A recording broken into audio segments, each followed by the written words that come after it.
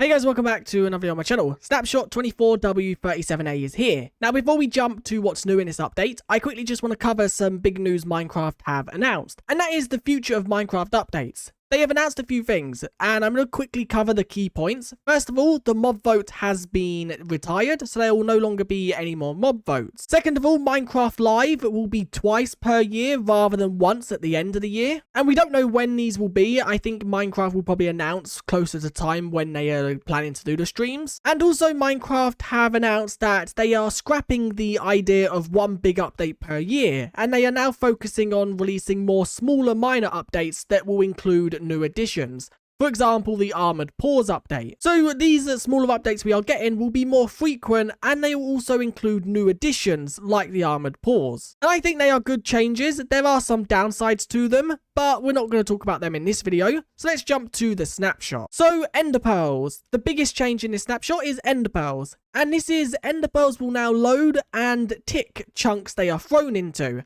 And this is basically to fix an issue where if you threw an enderpearl and then unloaded the chunk, the enderpearl would stay static in the air until you reloaded the chunk.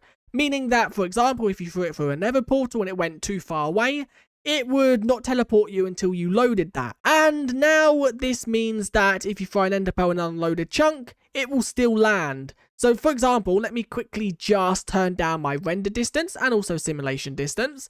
Now, if I was to throw an enderpearl in that area, even though it goes outside of unloaded chunks, it will still teleport me. And that is because it is loading and ticking the chunks it travels through. I think this is just to make sure that enderpearls are always landing rather than being unloaded. This doesn't break stasis chambers. It does also make the interdimensional travel a bit more consistent. They have also added language support for High Norwegian. Now quickly jump into the patch notes, just because Minecraft have made a lot of changes to mob conversion. Just a quick reminder of what this is. This is when a pigling converts to a zombified pigling, or a villager converts to a zombie villager. And let's quickly just read this. So in last week's snapshot, they fixed bugs related to which data gets transferred between mobs when converting from one type to another. So for example, when zombies convert to drowns. This week, we've reverted a few of those changes, so health and attributes and loot tables are no longer transferred. Here's a list of the tags and data and other properties that will get transferred. So you've got absorption amount, active effects, age, anger, anger at, armor drop chance, armor items. Now I'm not going to cover all these because there are so many of them. But these are the sort of things. So for example, if the zombie that gets converted to a drowned can break doors, then that drowned will be able to break doors as well. You also have if it's a baby, if it's leashed, if it has no AI, if it's on the ground, the passengers it has. These are basically things that you probably wouldn't notice, but if you were converting a lot of mobs that had these, you'll now notice they do transfer. So mobs that split into several mobs rather than converting from one type do not transfer the following. I think this means slimes, because slimes split into other slimes. And this is armor drop chance, armor items, full distance, and then once again a load of other things, which you can see right here. I'm not going to cover them all because there are so many. And then there are some properties mentioned in a bug report are intentionally not transferring. And that is attributes, gossip, health, loot tables, villager data, and also XP. Now I know this probably means nothing to a lot of people, but this is a really good change. And it's good to see that they are making converted mobs a lot more consistent. As for example, one of the most common one here is armor items. When you would convert a villager to a zombie villager, I think the armor used to just pop off onto the ground.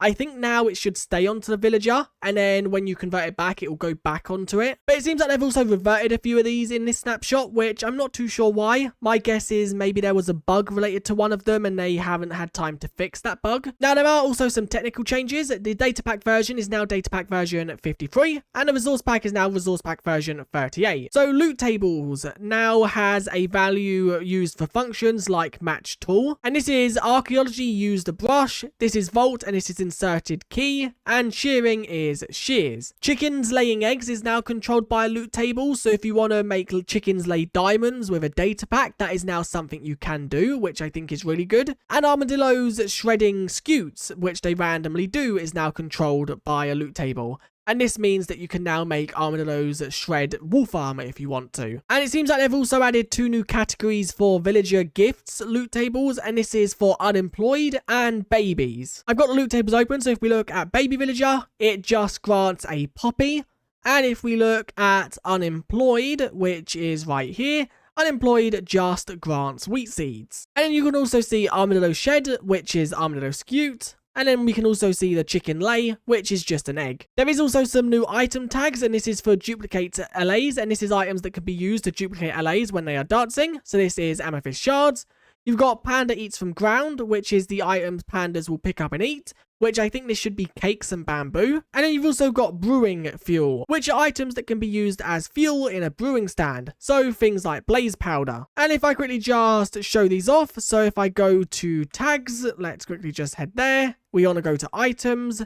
The new ones are duplicate LAs, which we can quickly just find somewhere here. Duplicate LAs you can see is just amethyst shards. We then have pandas, so let's quickly just scroll down to the P's. You got panda, which is panda eats from ground, which is just cake and panda foods, which panda foods is just bamboo. And then you got brewing fuel, which is just blaze powder. Now, all of these tags can be added to within data packs. So if you want brewing fuel to include more, for example, if you want it to include blaze rods, you can now do that. They've also changed some item components. Fire resistant is now damage resistant, and it now has a type tag to it. So you can make it resistant to different types. And this takes in a damage type. So for example, you can use damage type of cactus and things like that. This is really useful, and I wonder how advanced this actually is. They've also added 2 new fields to the equipment, and this is swappable, whether the item can be swapped out in your slot by right clicking, and damage on hurt, and this is whether the item is damaged when the entity is wearing it and hurt. This is a really good one. They have added a new item component called death protection, and if this is present on an item, it will basically revive the player, setting them to 1 health when they die. So basically what a totem of undying does.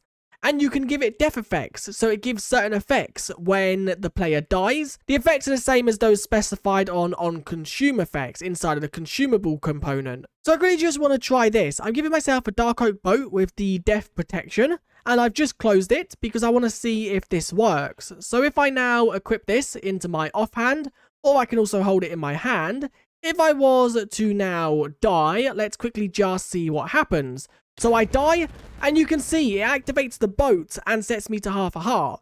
Now, I could also go into this and add some of the death effects. So if I want it to give me fire protection, maybe also glowing when I die, that is also something you can do. And you can set this for any item within the game. I could give myself, for example, let's see if it works with a tool. So if I gave myself a mace. So if I hold this mace in my hand and I was to fall with it, it does work with a mace. It does obviously consume it because that's how totems work.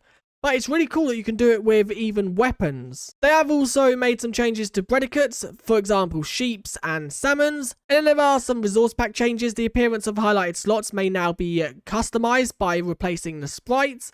And this means you can now replace the sprites for highlighted slots. And also the highlighted bundle slots can now be customized. A few bugs that have been fixed. Netherite armor now once again shows as netherite armor. Before it would show as diamond. Chainmail armor now once again has a texture. And it seems like there is still a bug where you cannot destroy items using this button. As if I click it, it causes a desync. But you can still click items on it to delete them. There was also a bug where breezes would not attack you if you were right up in their face. This has now been fixed and they will shoot at you even if you are very close to them. There was also a bug where sweet berry bushes would no longer damage mobs that would move through them. This is now once again the case. Any mob moving through sweet berries will now be damaged again, and I can quickly just show that by pushing a villager into one. There was also a bug where shields would not block projectiles thrown at the player, so things like arrows. This is once again fixed. And there was also a bug where elytras would take durability damage if the player was hurt while the elytra was equipped. This is now fixed and the elytra will only take damage if you are gliding. Now there was a lot of other bug fixes, but I've noted the most important ones. There was also a bug where items inside of the bundles wouldn't show the correct tooltip style.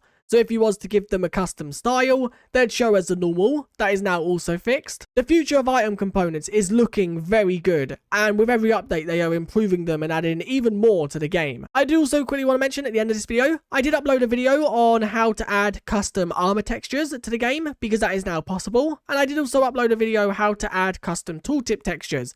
They're on my channel if you want to check them out. Even if you have little experience with resource packs and data packs, it is something you can do. So check them videos out, and I guess I'll see you guys in the next one. Bye.